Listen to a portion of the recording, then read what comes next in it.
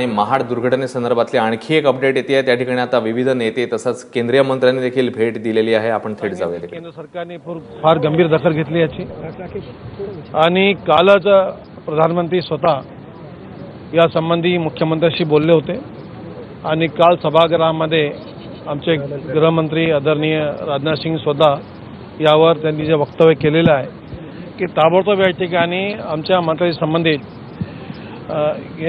NDFRचे सगळे टीम या ठिकाणी आलेली आहे। जवळपास 160 या ठिकाणी मॅनपॉवर काम करत आहे आणि बोट घेऊन शोध कार्य सुरू असताना आपण स्वतः बघितलं की या ठिकाणी किती अडचण आहे, फ्लो जास्त आहे।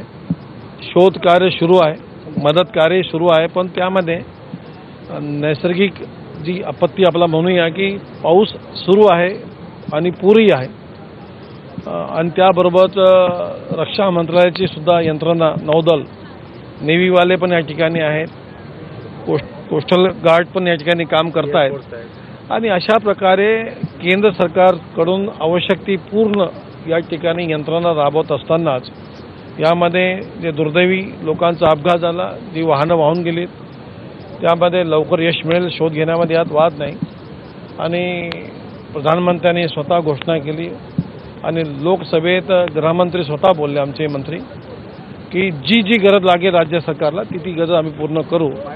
हा अपघात दुर्दैवी आहे। खासदार हंसराज अहिर इकडे बोलत होते।